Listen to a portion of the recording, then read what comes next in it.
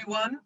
Good evening. My name is Reverend Peter Fast, and welcome to our second of three lectures. Tonight's lecture is Israel's military challenges, and this is achieving military goals while maintaining code of ethics and humanity. And we welcome Colonel Amiram Jakira to tonight, and it is also my honor once again to share tonight's presentation in partnership with Winnipeg Friends of Israel with Yolanda Papini-Polak. And before we officially launch into tonight, I want to give you a brief explanation of how tonight will be presented to you. Amiram will give, no doubt, an amazing presentation tonight. And then following that, there will be a question and answer period. Okay, so we hope to devote a decent time for any of your questions to Colonel Jakira. If you look at the bottom, you'll see a question and answer button toggle that you can click on that near at the end, and you can then ask your questions. And okay, and you can then ask your questions, and I will moderate those questions and pitch them to Amiram, and we'll get through as many as we can.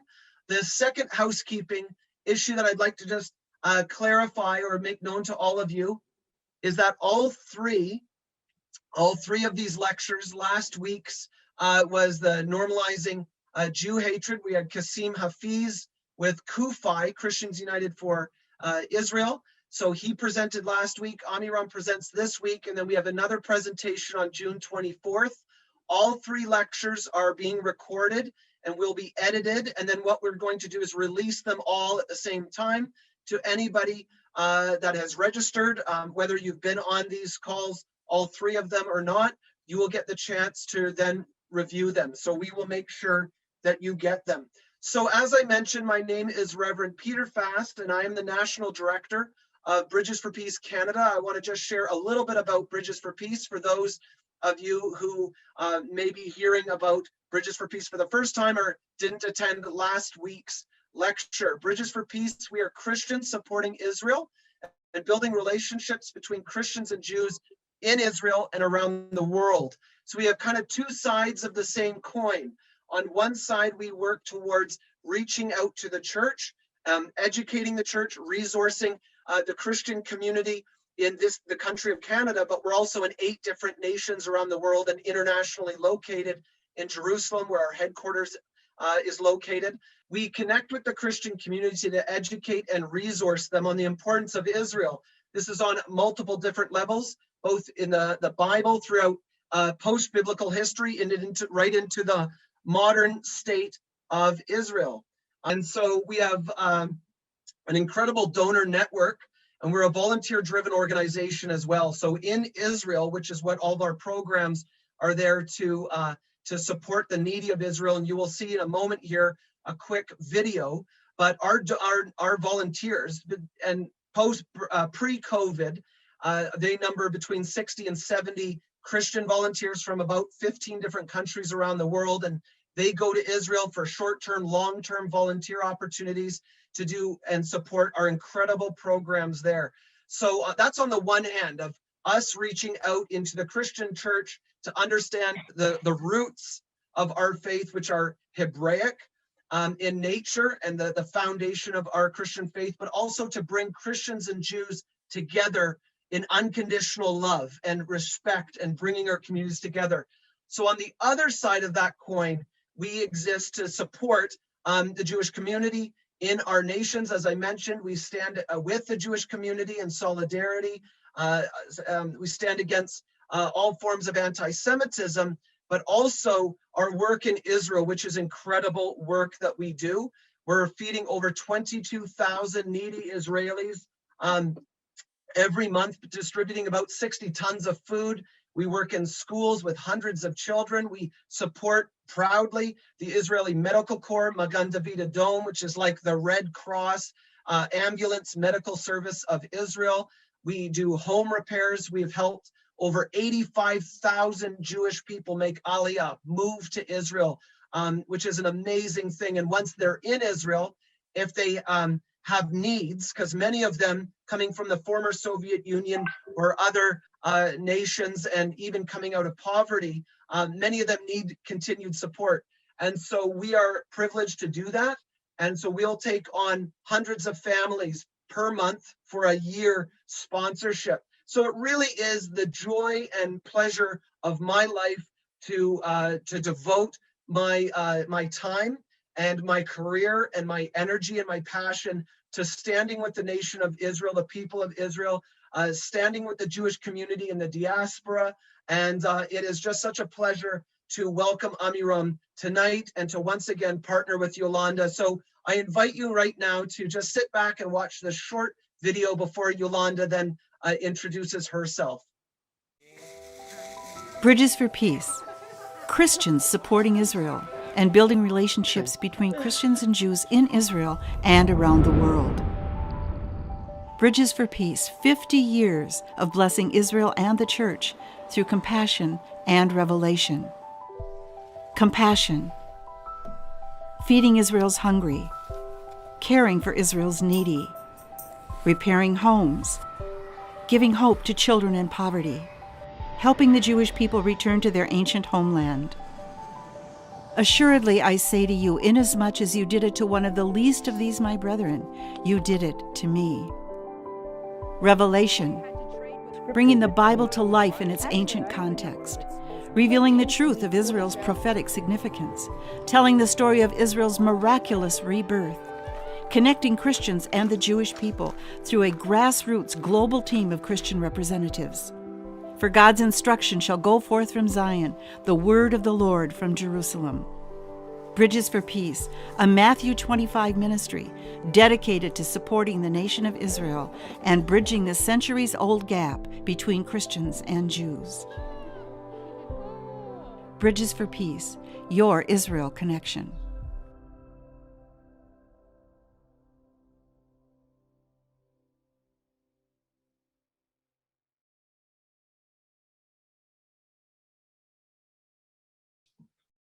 Hi, everyone. Thank you, Peter, for telling us all about Bridges for Peace. I don't think we can find a more Zionist organization. I'd like to just say a few words about Winnipeg Friends of Israel, and I will be short. Winnipeg Friends of Israel is a grassroots organization. It was established in 2014 during Operation Protective Edge, when a group of activists felt a need to disseminate Israel's narrative because of biased media. We felt that the media as a whole presented an unfair, out of context, and very partial reports about Israel. And we wanted to do something to change it. As the years evolved, we have managed to help change perceptions about Israel by organizing rallies, reaching out to other communities, but especially through education. If we thought that we made strides during the years, Operation Guardians of the Walls proved to us that our work is even more important and needed in 2021. We are very proud to stand with Israel and will continue to do our part to fight anti-Israel, anti-Zionism, and anti-Semitism, where and when we can. If you are on Facebook, please remember to click like on our page so you will be able to see our posts and share our posts with your friends and relatives so they can see them as well. I'd like to talk a little bit about the talk that we're going to hear tonight, and you will have an opportunity to ask your questions. Colonel Richard Kemp called Israel the most humane army in the world. And as a British soldier himself, he knew what he was talking about. War is a messy, it's bloody, and it can bring out the worst in humanity. War and humanity are oxymorons, but sometimes a mean of surviving. Just like Israel has to protect herself, unfortunately, every few years from rocket attacks from Hamas. The IDF is taking extreme measures to protect innocent lives when fighting in populated areas. No army in the world has used these techniques and methods before. We asked Colonel Amiram Jakira, who's the Israel Defense Attaché to Canada, to tell us more about these measures and how they compromise Israeli military goals. Colonel Jakira was born on a kibbutz in northern Israel. He joined the Israel Defense Forces in 1994 and began his 27-year career in the military as an operational pilot in Israel Air Force. Along the years, he flew many types of air mobility aircrafts and commanded over various squads. He acquired staff experience in Israeli Air Force's headquarters and was promoted to command Wing 15, an Air Force base at Sde Dov. He also served as an instructor at the Israeli National Defense College. He's married and he has 3 children, and he has been the Israeli Defense Attaché to Canada since 2020. We are very honored to have you with us today, Colonel Jakira, and we look forward to hear everything that you have to say.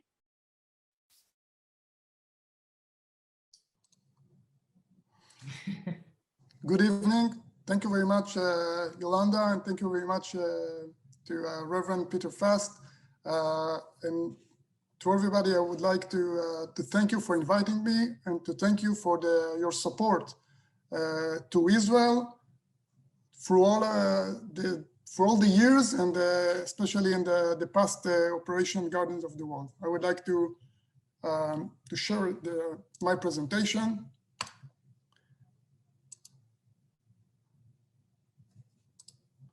So we will talk less about the background, about Israeli society and politics. As an officer in uniform, I am well aware that officers should be politically aware, but not politically involved. You can ask questions about that, but my answer will be in this spirit. We will focus on the Guardians of the World overview and context, Israel military goals, military challenge, especially those evolved from the asymmetric warfare, morals and ethics during warfare, and the Hamas use of misinformation and fake news. Before we start, I would like to present a short overview about what was happened in last May. The tension arose in May 10th, especially about riots in Jerusalem and around the Temple Mount in East Jerusalem. The Hamas threatened to fire rockets toward Israel, and the Hamas narrative was to create a bond between Jerusalem and the Hamas in Gaza. So the Hamas and the Palestinian Islamic Jihad fired missiles toward Jerusalem and its surroundings, Ashkelon, and the Gaza envelope. And after a response of the IDF, the Israel Defense Force, and especially by the Air Force, shot many missiles for 10 days, more than 4,400 missiles towards the cities in Israel. The IDF responds with precision strike on terror targets in the Gaza Strip. At the end, more than 1,600 Iron Dome interceptions and 13 Israeli kills and more than 130 Israeli civilians injured. It's very important to understand the context. I can answer more questions about that later, but the context that do we see the Iranian involvement in Iraq, Syria, Lebanon, and also in Gaza. We see that Iran is assisting the terror organization forced to build up by supplying funds, technical know-how, training, and means. While the Hamas and the Palestinian Islamic Jihad, uncompromising armed struggle against Israel, military destruction of Israel. Those are the goals, and rejection of the two-state solution, and establishment of the sovereign Islamic states on the ruins of Israel. Those are the goals of those two terror organizations. Israel was under fire for more than 11 days, although Israel is sometimes looks as the Goliath in this campaign. It's very important to understand that for 11 days, there were indiscriminate shooting on Israeli cities. For those examples in Petah Tikva, Ashkelon, Ashdod, Tel Aviv, Sderot, many cities and villages in Israel. I would like to show you just at the beginning, and we'll speak about it a little bit later, about the Iron Dome, almost science fiction.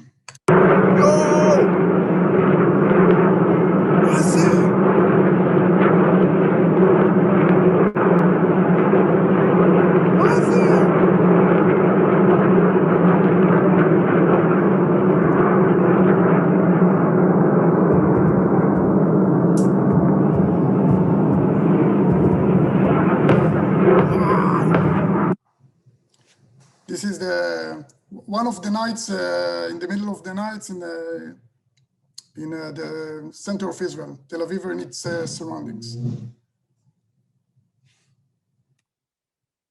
So what were the military goals of this operation? First of all, in the Middle East, there is no unconditional surrender. Like World War II, those pictures present Nazi Germany and the Japan signing the unconditional surrender on the USS Missouri on the shore of Japan. In the Middle East, there is no unconditional surrender. There is no possibility for white flag being from the Hamas or from any other enemies. This is the complexity. Even our, let's say, most glorious war, if there is such a thing as glorious war at all, but most, let's say, unpredicted victory on the Six-Day War 54 years ago. Two pictures. One of them is obviously known as the parachuters in the Western Wall, and the other one is Yossi Ben Hanan, for days Major General Yossi Ben Hanan in the water of the Suez Canal. So the public is looking for the picture of victory, but it's very important to understand that there is no picture of victory in those kind of campaigns of today's war. The goals are limited goals, determined by the leaders, the civilian leaders, the government of Israel. So what were the goals? The goals were to bring an end to the imminent threat to the Israeli civilians and reestablish security. And to do it by weaken and deter Hamas, by eliminating strategic assets and tactical capabilities. The Iron Dome, although it's a defensive system being planned and produced in order to intercept missiles and rockets, including different type of aerial threat, gives us the chance to slow although we don't like long wars, we don't like war campaigns because the civilians is under fire, but still gives us the time to do the strike very precisely and with patience. This is the most important things of the Iron Dome. What you can see in the picture, obviously from the left side, the indiscriminated shooting of the Hamas, and from the entire Israel, simultaneously defending and intercepting by various launchers of the Iron Dome. The IDF target bank, I would not like to enter each one of them, but just to say that all of them are military targets. All of them are justified according to the international law. Governments and security institutions that are used to support terror activities, senior commanders, operational terror forces, and military infrastructures.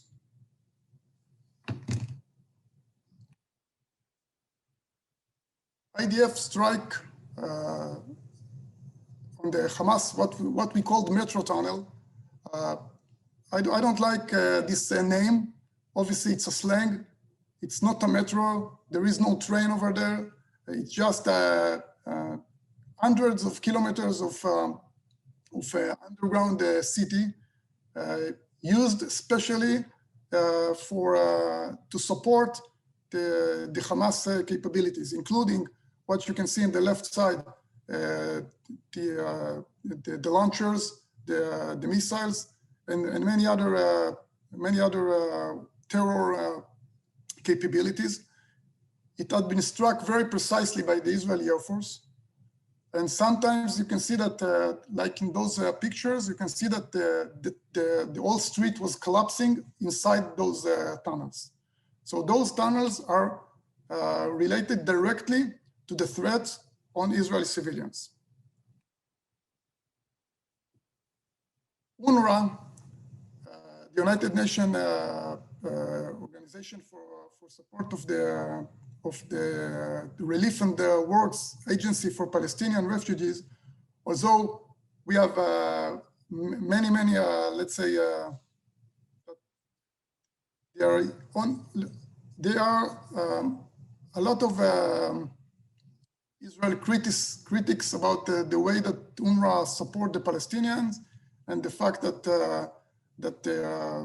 they're harboring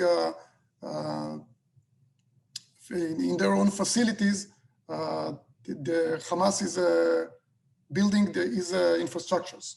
And indeed, you can see a few examples of the UNRWA condemnation, the Hamas of using its schools.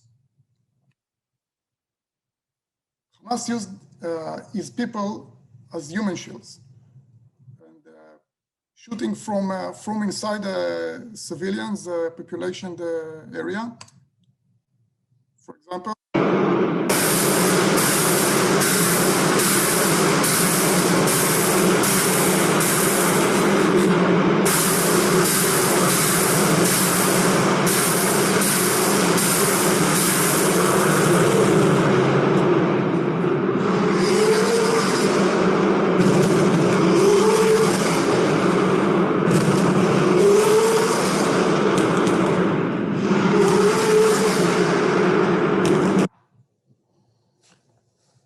so you start to understand the challenge of what does it mean to strike and to eliminate these threats when it's been established exactly in the middle of a civilian populated area.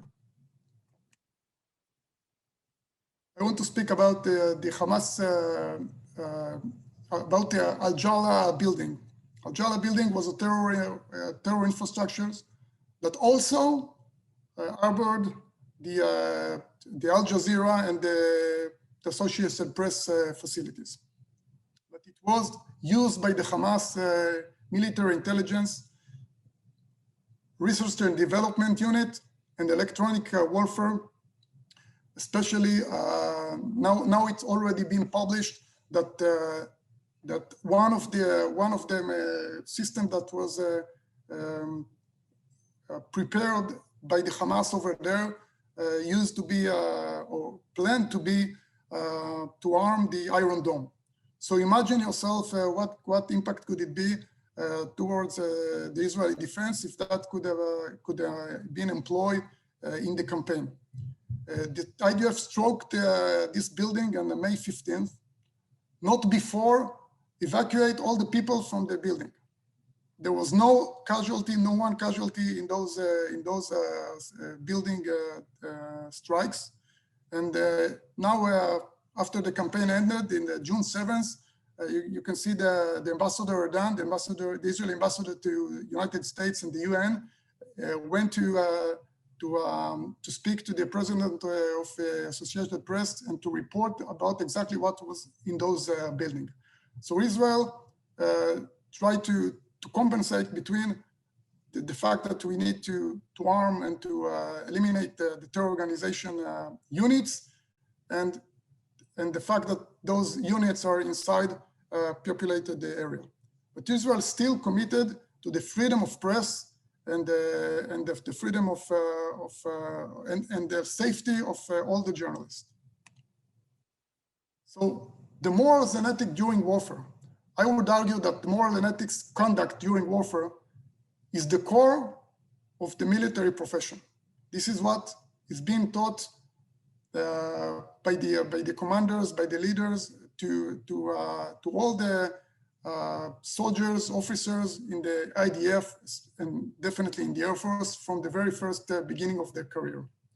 The question is how to balance the mission to defend our own citizens and the need to minimize harm to non-combatant civilians on the other side. And it is run case by case, every strike. Is it a ticking bomb? Which means, can we come later, or we have to strike now? Because if we don't strike it now, it's like a ticking bomb that could blow and kill Israeli civilians. How is it, how time sensitive is it? It takes years of experience, and unique methods have been developed for this kind of warfare. Every loss of life is a tragedy, and I can assure you that no mistakes are ignored. All of them are being investigated, very harsh, and based for learning and self-improvement. How do we mitigate harm to non-combatants? First of all, we do the method that has been called knock on the roof. Knock on the roof. First of all, it's to give a phone calls to all the people that live in the same building or in the same targets. I will show you an example of such a conversation.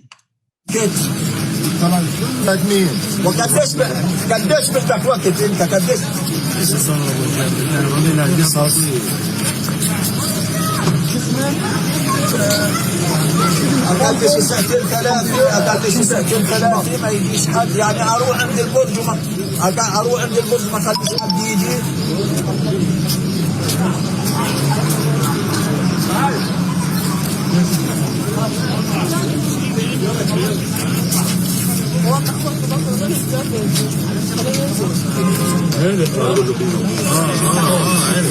ماشي حاضر الزنان بتضرب وبعدين ضربتين بعدها ماشي. يقول ننزل على الارض الفاضيه. بقول لك مش الزنان حتضرب اول وبعدين تضربوا البرج. ماشي عم هذا لسه ايوه خلص ولا يهمك، انا بدي اطلع بس لحسن. انا والله عارف انه مو طبيعي، هو بده اياه يسمع، هو عارف هو مش عارف انه انت غير جو معنا. كله طلع من العماره، حتى العمارات اللي جنبنا هي واقفين على اسفلت ما في حد. After making these phone calls, hundreds of phone calls, and they get the time, more than 1 hour to evacuate the building. Then the small shooting on the it's a warning shooting. That's what you can see. It's a very small munition. Just to verify that if someone was, in case someone was in the building, that he has time to go out. Then this is the reason that you always see those very good and very stable films of those buildings being hit, because they have time to set up those cameras. All the journalists have time to set up the cameras from very far. At the end, sometimes the strike is being aborted because there are civilians, or being delayed because there are civilians in the surroundings of the target. I would like to show you a movie of such a strike being aborted and being delayed, and after that you can see that the strike. You can see the missiles near the civilians' houses. אין לי שוטה, אתה לתקוף את זה, אתה מודע לזה? קיבלתי כרגע חדל על המטרה. פינוי התחיל כבר, דמרי. בחוץ. אנחנו חוזרים לרחוב הראשי כדי לראות באמת את התנועות לכיוון הצומת שביקשת. מעולה. רגע, הנה רגע, זה חשוב, שנייה, יש תנועות מהבתים שצמודים, כרגע מהנמוך, זה שממש צמוד למטלב, אנחנו רואים פינוי. אוקיי, אנשים רצים החוצה. אוקיי. מישהו רץ לקרוא להם, אנחנו רואים כבר 2 לפחות רצו החוצה יחד איתו. היה פינוי עכשיו של אנשים, זהו.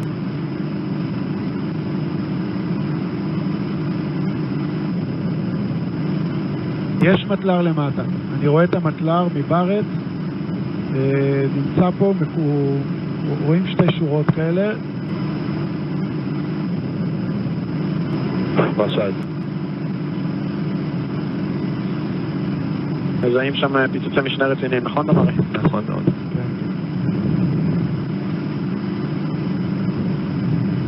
וואו.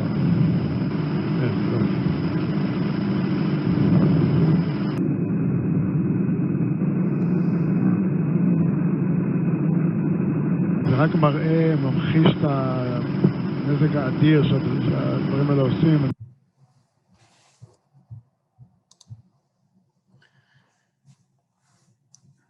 The Israeli, the IDF capabilities of very precise shooting in various means allows us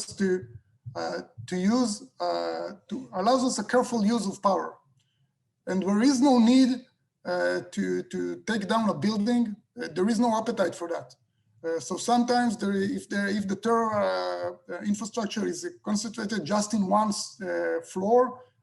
This is a picture of in a film of such a kind of strike.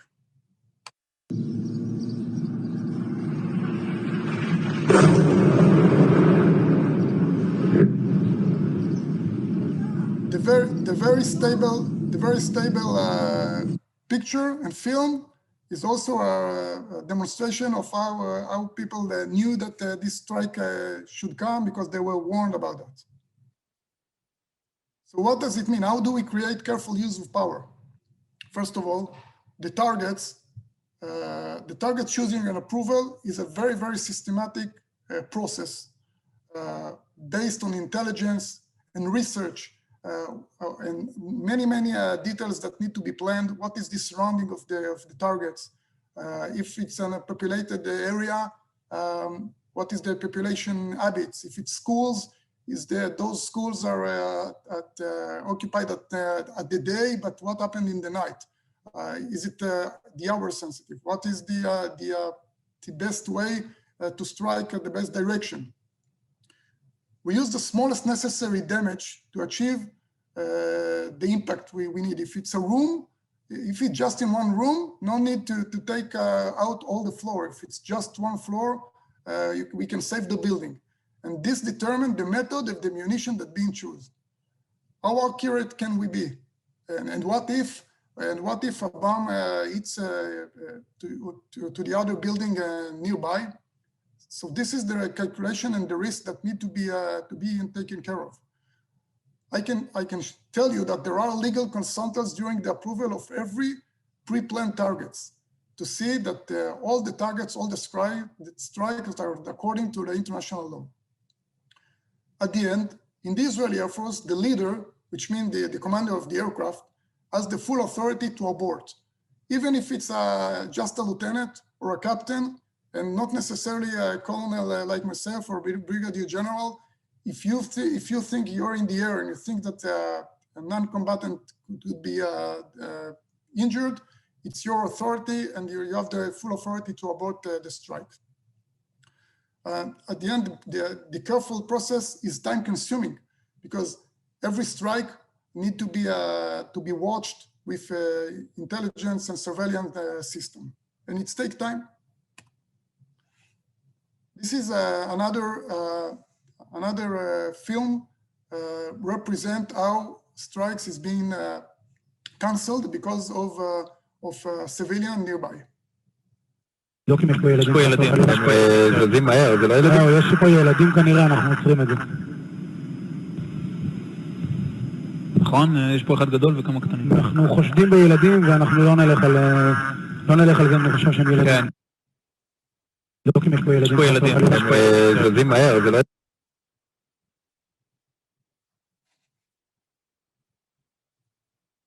Sorry.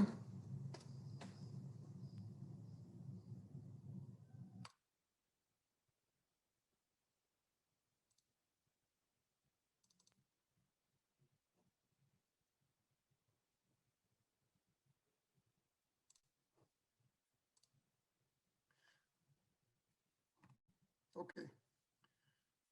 One of the things that one of the challenges that we have to deal with in this kind of asymmetric warfare is the challenge of the lies and the misinformation of the Hamas. One of them is the Hamas and the Palestinian Islamic Jihad misfire. Misfire is those rockets that fail to cross into Israeli territory and instead explode within the Gaza Strip, causing damage and causing Palestinian casualties. You can see in this movie, for example, it's a misfire of a rocket. In the blue places, in the blue point on the Gaza, you can see all the misfires that for 11 days. It's being determined by the very sophisticated Iron Dome radar that can see exactly where those rockets are hit. Another challenge is the fake misinformation and the fake news. Hamas is engaged in a global cognitive campaign against Israel, trying to portray Israel as an inhuman aggressor. As part of this effort, Hamas is encouraging the distributions of lies, misinformation, and fake news. Mainly in the social media, you can see just 3 examples, but there are dozens more of pictures being collected from many other campaigns and being used one small like original, but they're not. One of the lies that the Hamas put is the fact that there was a humanitarian crisis in Gaza in this campaign. Well, actually, there wasn't. When the support was entered in the Kerem Shalom pass to the Gaza Strip, the Hamas targets the international aid convoy. This is an interview has been conducted with the head of the UNRWA in Gaza. He's not known as pro-Israel. Many years we have a lot of criticize about his role in Gaza, but he said the truth that there was no political, there was no humanitarian crisis in Gaza. And he was kicked out and declared as a persona non grata. This is the Yahya Sinwar, the head of the Hamas in Gaza, after the end of the campaign, to show you what is their treatment with their own kids. Those are the words by the IDF Chief of the General Staff, Lieutenant General Aviv Kochavi, basically to say that we need to remember who are we fighting against.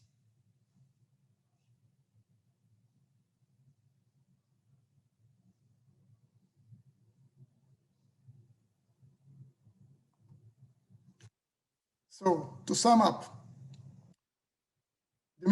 the military had limited military goals. There is no victory. There is no white flag at the end of that. And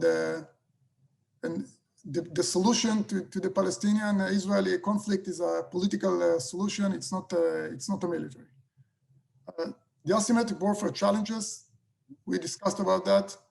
The IDF acts in accordance with the international law and is making immense effort to avoid arming non-combatants while defending Israeli civilians.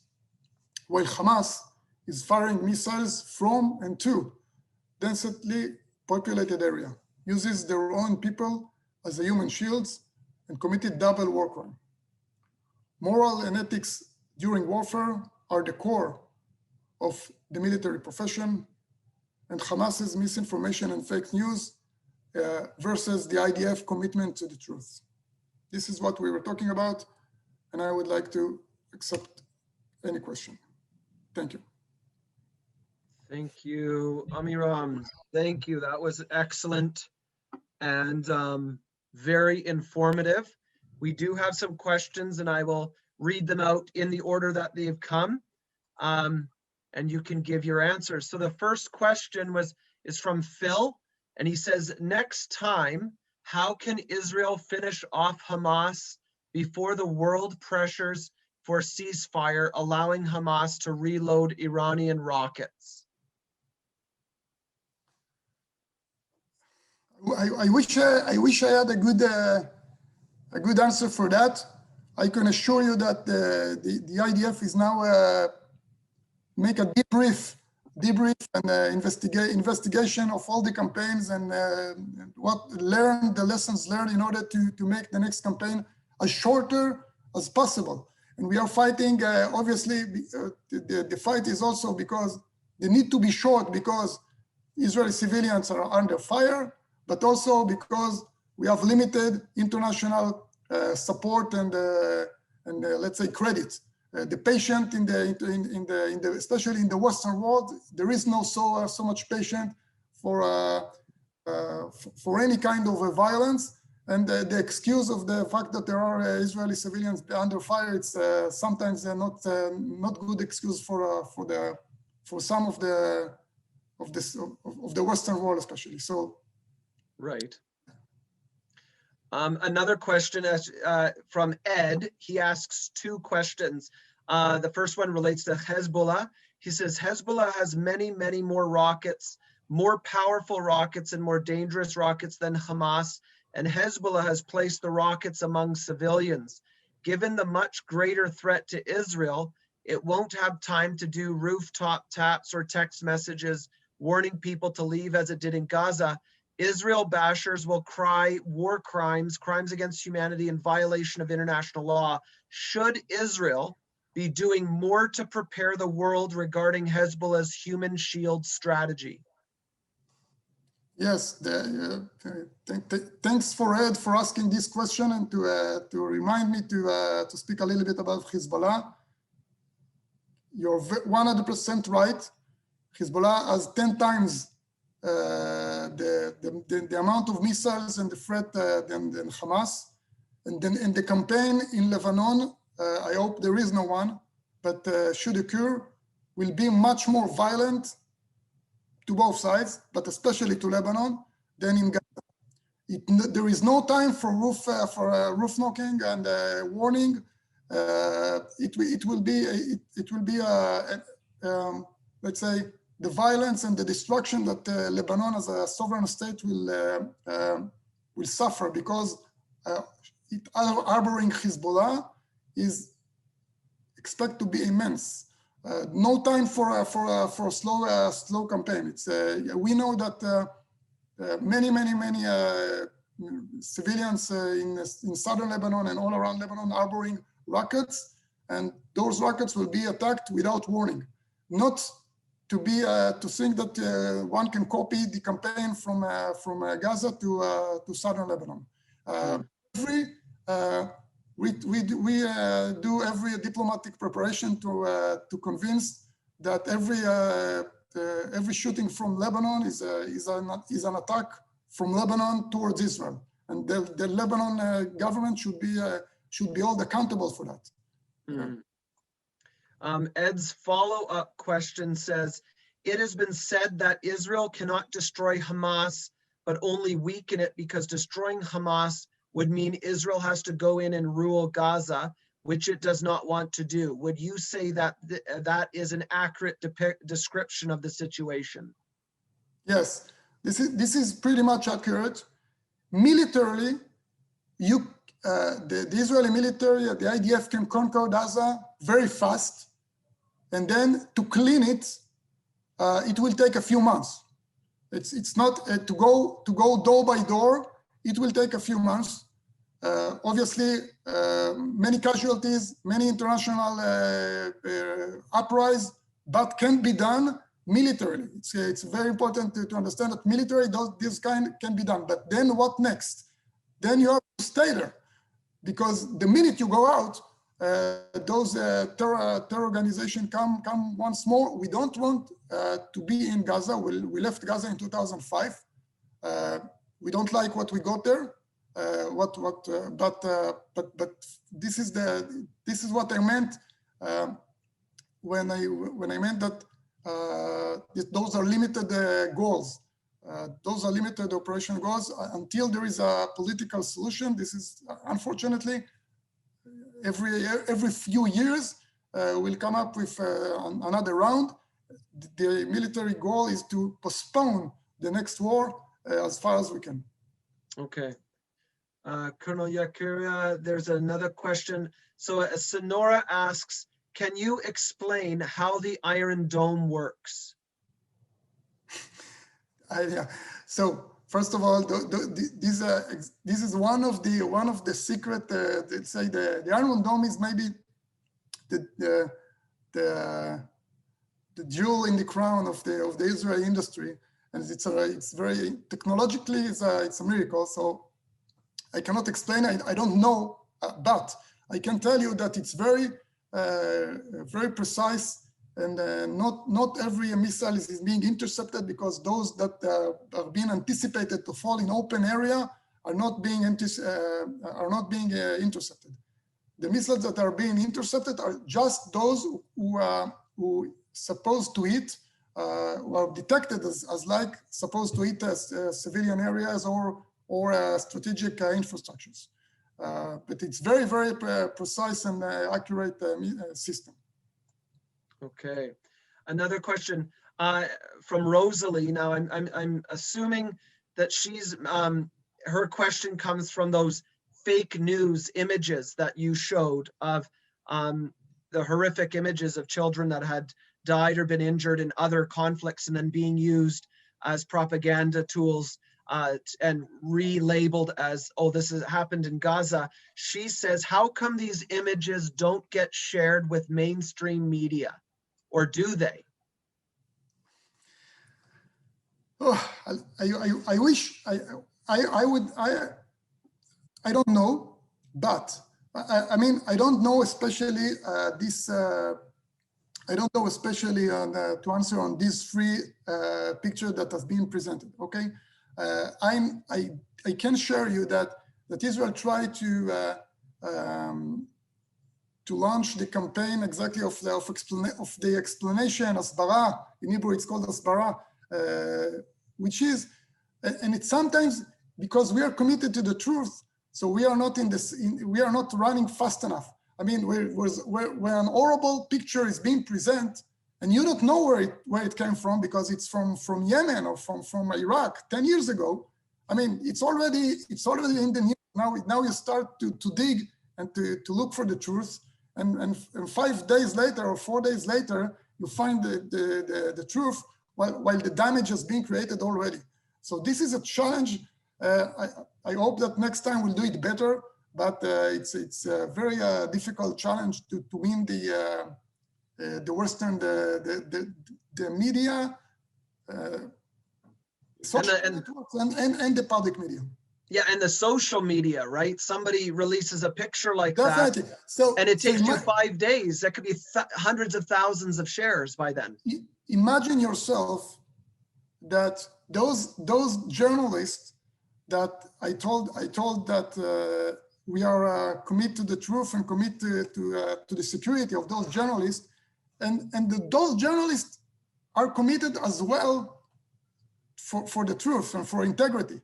But in the social media, it's like a microphone to hundreds of thousands of people that are not to any truth. They can publish whatever they want, and this is exactly those are the asymmetric, one of the asymmetric challenges that we had in this warfare. Another question, John asks, how, and this is a good question, how is it that over 4,000 rockets can be smuggled into Gaza with the embargo and security at borders in place? Okay, so here is very important things to clarify.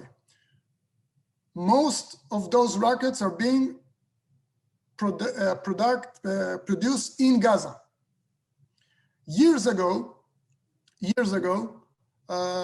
there were tunnels between Gaza and Egypt, and many rockets, heavy rockets, have been smuggled through the Sinai from Iran to Yemen, from Sudan to the Sinai, and then smuggled in tunnels to Gaza. So some of the rockets are originally being produced in Iran and then smuggled, but now the large portion of the equipment of the rockets is being produced in Gaza itself and in the underground city, and they use the pipelines for the what Israel used as water pipelines to the settlements until 2005.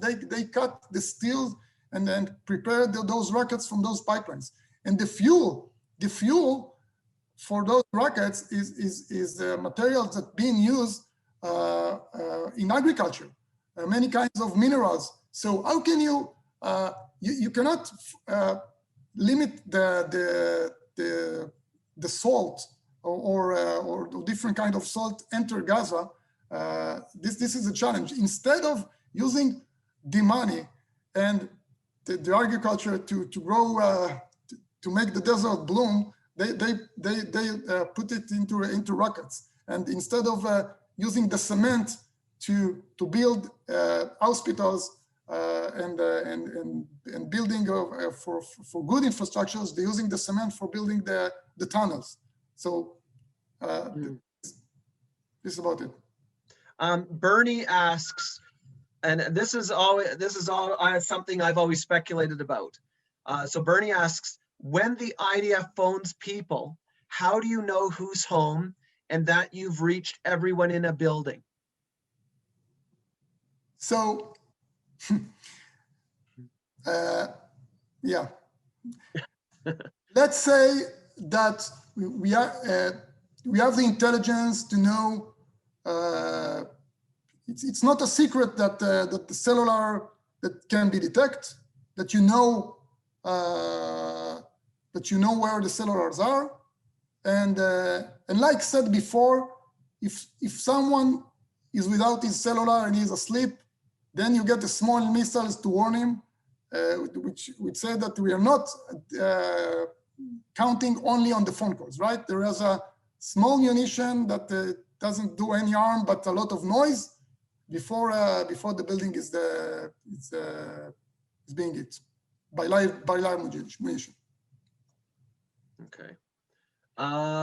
Brad says, should Israel be at a security risk if there is a swing left in the political spectrum in the US and the US no longer funds Iron Dome?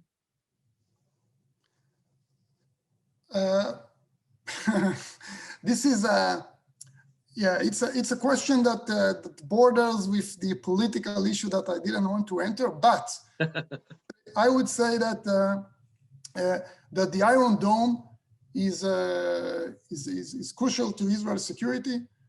We value much the support of the U.S. government, and we have no better ally than the U.S. and Canada as well. But obviously, if some kind of political change come up, it's going to be a big challenge, challenge for Israel. Myron asks, what were the Hamas casualties? How many died in the destruction of the tunnels? So we don't know yet all of these. The accurate number are being verified. According to the Health Department organization in the Palestinian Authority, some 250 people died. We know that at least half of them are Hamas and Palestinian Islamic Jihad terrorists.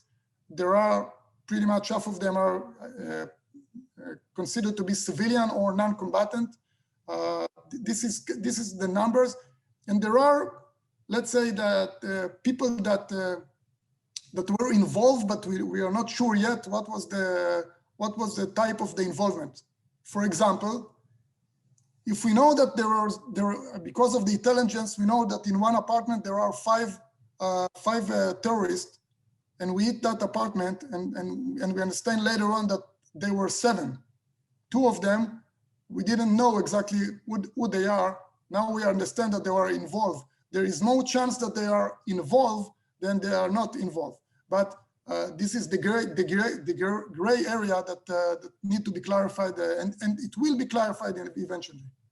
Okay, I think we have time for 2 more quick questions. The Biden administration wants to send resources to rebuild Gaza. Can the military prevent these resources from going toward Hamas military infrastructure? No, it's not going to be the military. It's not going to be the military, the Israeli military, that will prevent the use of the international aid from being used as the to support the terror. That exactly is the challenge. In order to prevent it, you need to be there. While we are not there, there are no Israeli soldiers in Gaza Strip, so there is going to be a different mechanism to make those assurance of how not to deliver the support for the Hamas and deliver the support to the Palestinian society.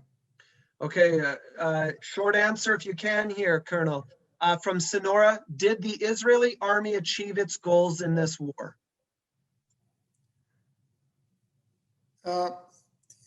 One goal that you can say immediately that has been achieved is that we took many tactic capabilities for the Hamas.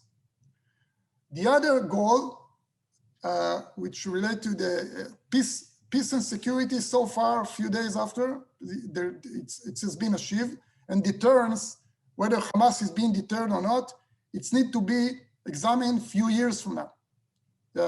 So you cannot say that it's being and deterrence is something that you can say that there is or not only when it's break. We'll see. Okay. Well, thank you, Colonel Amiram. Thank you so much for your presentation. The questions were streaming in. I had a few prepared myself, and I think Yolanda did too, just in case we had to kind of get things going. But I think 5 minutes into your presentation, there were questions popping up already. So an excellent response from everybody.